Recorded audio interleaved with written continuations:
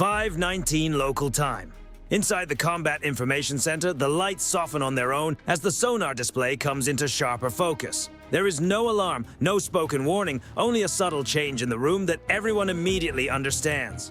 A single contact emerges beneath the thermal layer. Clear, almost unnaturally clear.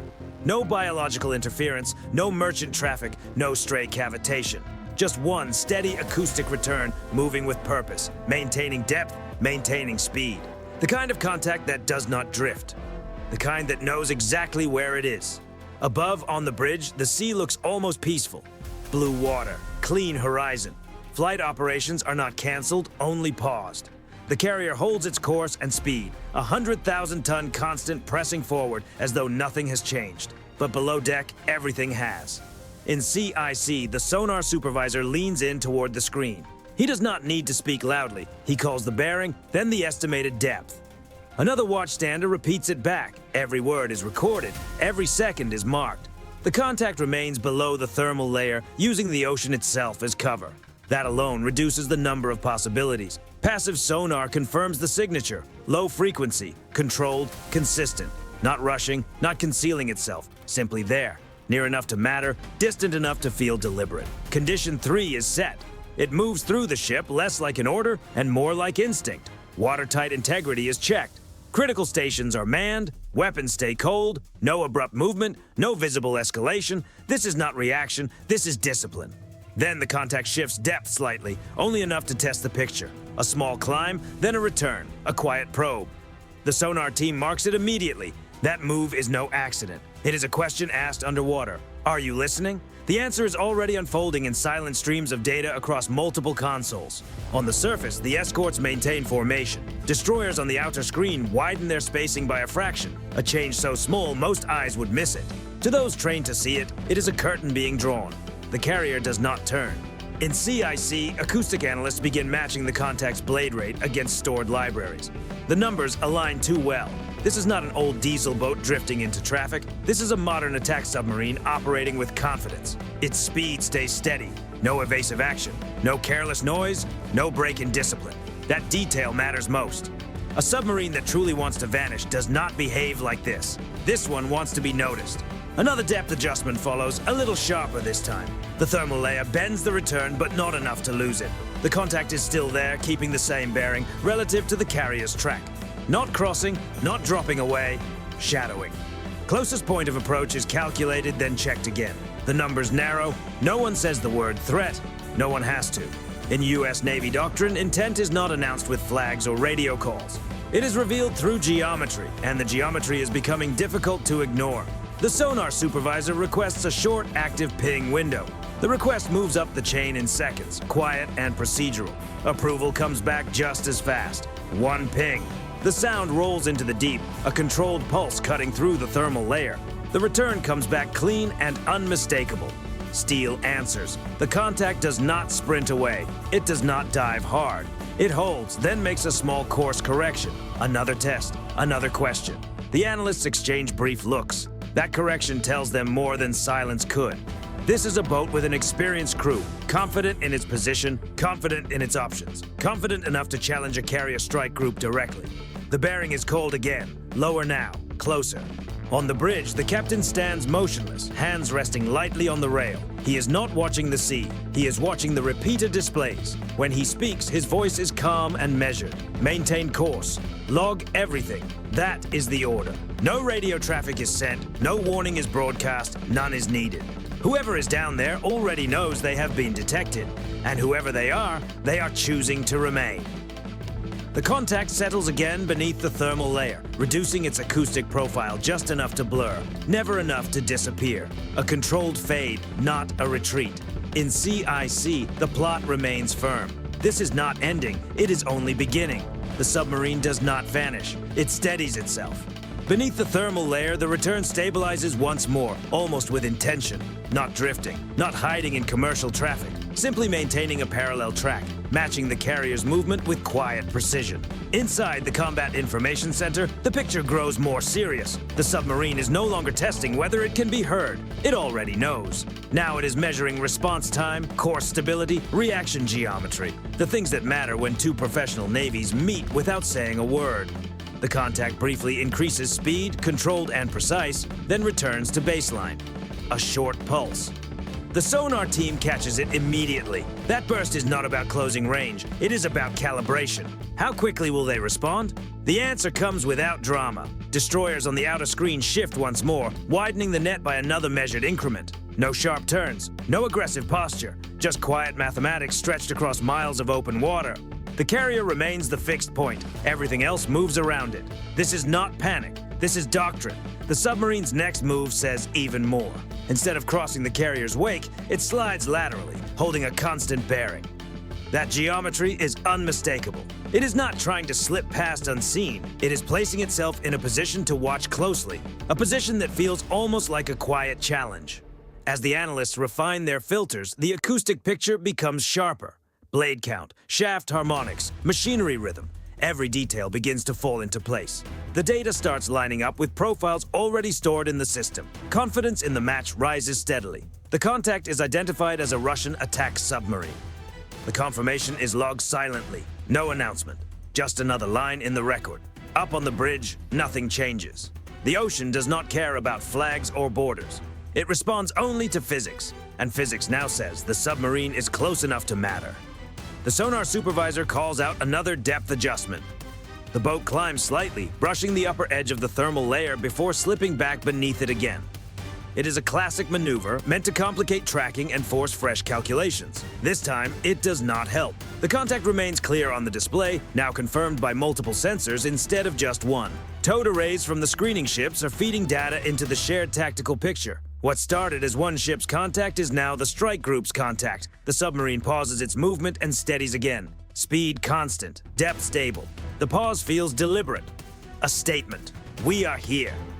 Inside CIC, the closest point of approach is updated again. The number tightens further. Still within acceptable margins, still outside the boundary that would trigger a visible response, but close. Close enough that coincidence is no longer a comfortable explanation. On the bridge, the captain watches the numbers tick slowly downward. He does not order a course change. That would suggest pressure. Instead, he lets the geometry speak. The carrier continues forward as if nothing has changed. Below the surface, the submarine makes its boldest move yet. A brief active sonar pulse. Short, controlled, almost polite, but unmistakable. It is like a tap against the glass from beneath the sea, the kind of signal a submarine sends only when it wants to be noticed.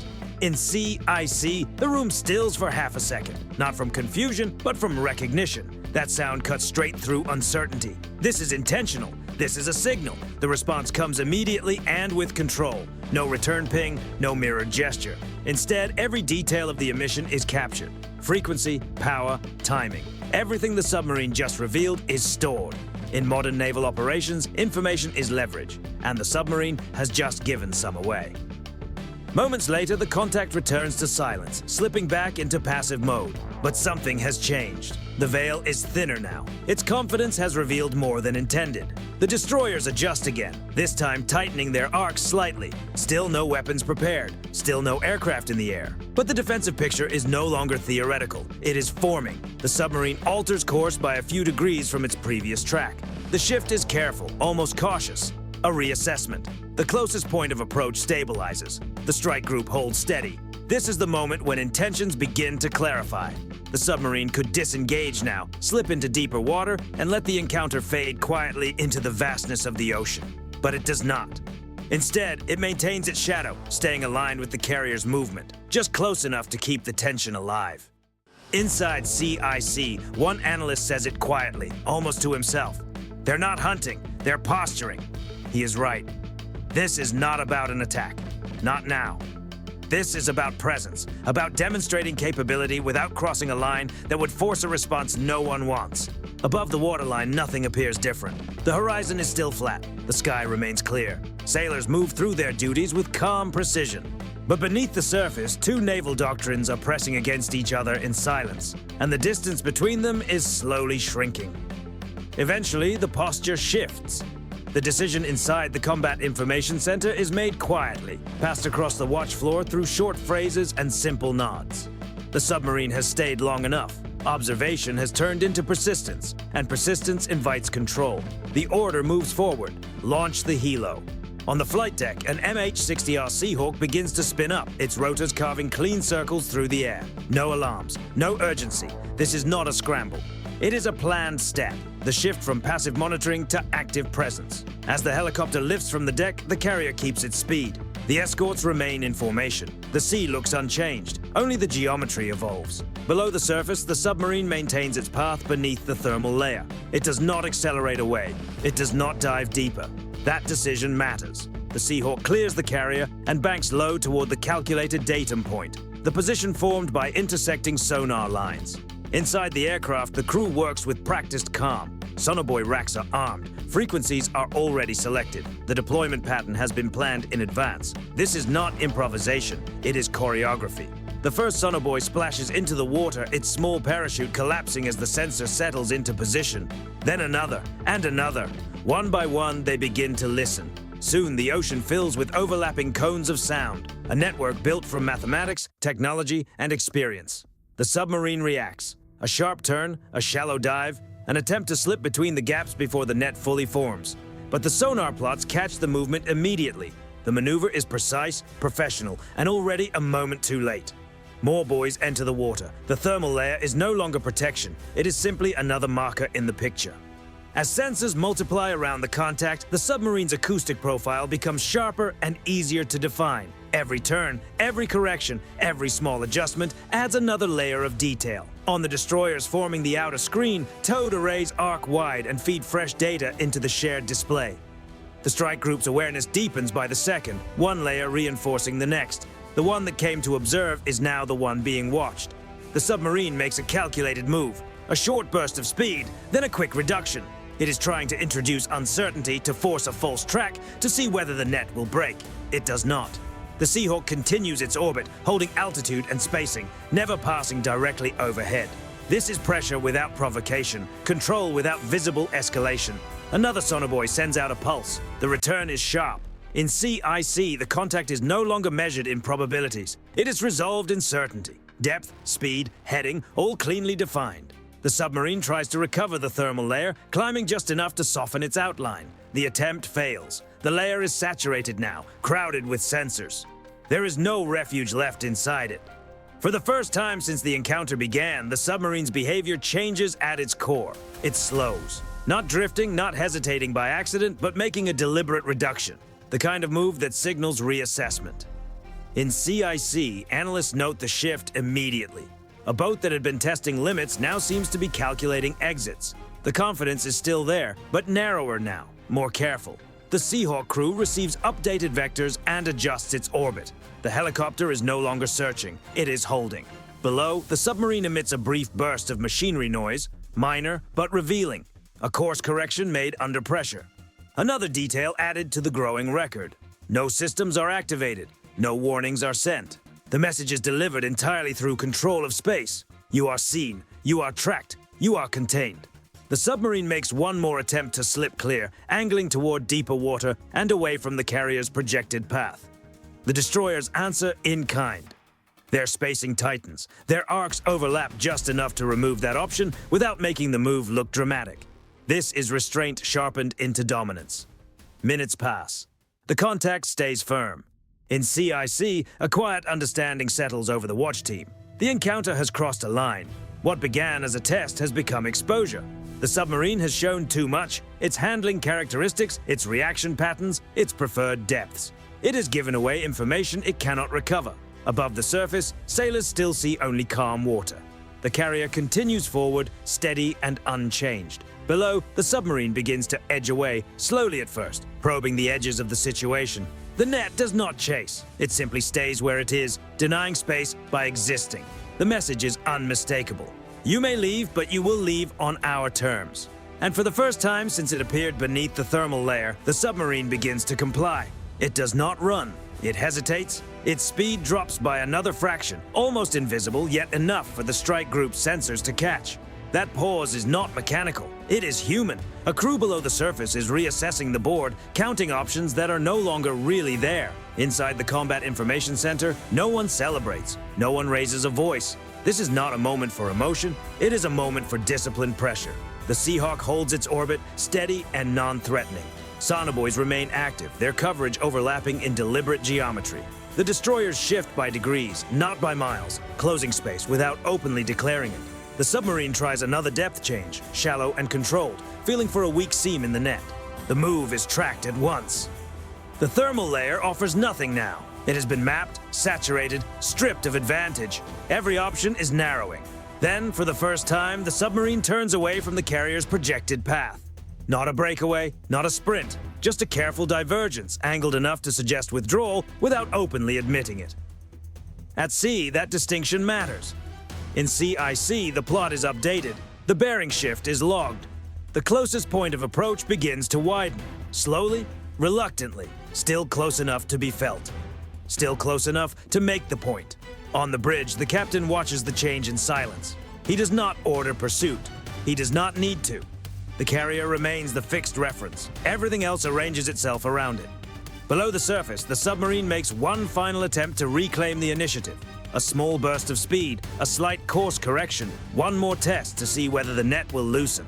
It does not. The Seahawk's sensors refine the picture further. Towed arrays hold steady. The strike group's awareness is now complete, layered, redundant, and without a single weak link to exploit. The submarine's acoustic signature changes again, this time not as a tactic, but as a concession. Machinery noise settles into a quieter, more conservative pattern. The hard edge is gone. This is no longer a challenge. This is containment. In CIC, the analysts recognize it immediately. The boat is now prioritizing discretion over presence. The posture has reversed. Where it once wanted to be noticed, it now wants to leave unnoticed. That chance has already passed. The submarine turns farther away, committing to a withdrawal path that leads it out of the carrier's protective envelope. The move is measured, professional, and unmistakable. It is disengaging. The strike group does not follow. That choice is deliberate. Pursuit would raise the temperature. Holding position makes the point without pushing further. That is not hesitation. That is doctrine. As the distance grows, the sonar picture begins to soften. Not disappear, but thin. The submarine's signature fades gradually, each mile returning a little uncertainty to the sea. But the important part is already over. Everything that mattered has been recorded. Blade rates, reaction timing, preferred depths, course change behavior under pressure. A full catalog built in silence without a single system crossing into open action. In modern naval operations, that is a decisive result. The Seahawk receives orders to widen its orbit, then begin recovery. Sonobuoys remain in the water, listening, confirming the withdrawal. The destroyers ease their arcs by small increments, reopening space without giving up control. The carrier never changes course. Below, the submarine continues to pull away, its track steady now, its intentions obvious. It does not look back, not because it cannot, but because it no longer needs to. The encounter is ending, not with blasts, not with warnings, but with a lesson delivered through geometry, patience, and restraint. In CIC, the final notes are entered into the log. The final entries are recorded. Time of disengagement. Last confirmed bearing. Estimated exit corridor. The watch floor settles back to a lower intensity, though the focus never truly fades. Above deck, none of it is visible. Sailors see only calm water and an unbroken horizon. The carrier's wake stretches long and white behind it, steady and indifferent to what unfolded far below. But beneath the surface, a boundary has been quietly enforced. And somewhere out there, a crew has learned exactly what it means to challenge a carrier strike group and leave without gaining the upper hand. The ocean gradually returns to its natural quiet. Not instantly, not completely, but layer by layer as the acoustic picture loosens its grip. The submarine's signature continues to thin, stretched by distance and depth until it becomes just another faint possibility among many sounds of the sea. Inside the Combat Information Center, the plot remains open. No one rushes to close it. Withdrawal does not mean absence. At sea, patience is how advantage is preserved. The Sonobuoys continue listening. Each one reports back with decreasing clarity, confirming what the geometry already suggests. The submarine is moving away along a clean exit corridor. No erratic maneuvers, no sudden bursts of speed, just a controlled departure by a professional crew that understands when the situation has shifted beyond their favor. The Seahawk completes its final orbit and turns back toward the carrier. Its sensors remain active, but now they are confirming rather than searching. The task has moved from containment to verification. On the destroyers, towed arrays are eased inward by careful fractions.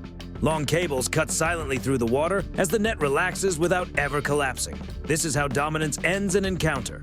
Not by snapping shut, but by holding firm until pressure is no longer necessary. The carrier continues forward on the exact course it held when the first contact appeared beneath the thermal layer. That detail matters. In naval operations, consistency signals confidence. Changing course would have suggested reaction. There was none. Inside CIC, analysts begin the slower work that always follows a quiet encounter. Data is reviewed, timelines are aligned, acoustic signatures are compared against existing records. What was once just an abstract profile now has context. How the vessel moves, how it reacts, how it behaves when space tightens around it. This kind of information rarely reaches headlines, but it shapes the future. Eventually, the watch team marks the final fade. The contact slips beyond reliable detection, absorbed once again into the vast depth and layered noise of the open ocean. The plot is annotated, not erased. The sea remembers even when the screen goes blank. Operational conditions ease slightly, not fully, just enough. On the bridge, the captain gives a single nod when the final confirmation arrives. No speech, no ceremony, just another entry in the log. The strike group remains what it was built to be, a moving system designed to control space rather than announce it. Below decks, routine resumes, maintenance checks continue, watches rotate. The rhythm of the day carries on. For most of the crew, nothing unusual has happened, and that too is intentional. What unfolded beneath the surface was never meant to be dramatic. It was meant to be understood by only one audience, the one that tested the boundary. Far from the carrier now, somewhere below the thermal layer, another crew resets its own watches. Their logs are written. Quiet discussions follow. Lessons are absorbed without ceremony. They know exactly what happened. They know how close they were allowed to come, and they know why they were allowed to leave. This was not restraint born from weakness. It was restraint chosen because it was enough. In modern naval strategy, success is rarely measured by destruction. More often, it is measured by options denied, information gained, and intentions clarified without pushing events beyond control. The encounter ends with no wreckage, no radio statements, no visible trace. But the balance has shifted. The carrier strike group continues forward, its wake stretching across the sea like a long white line. Above the surface, the horizon remains empty. Below it, the ocean returns to its layered silence, carrying both secrets and memory in equal measure. And somewhere within that silence, one truth remains clear. The challenge was acknowledged, the boundary was held, and control was established, not through force, but through precision and discipline.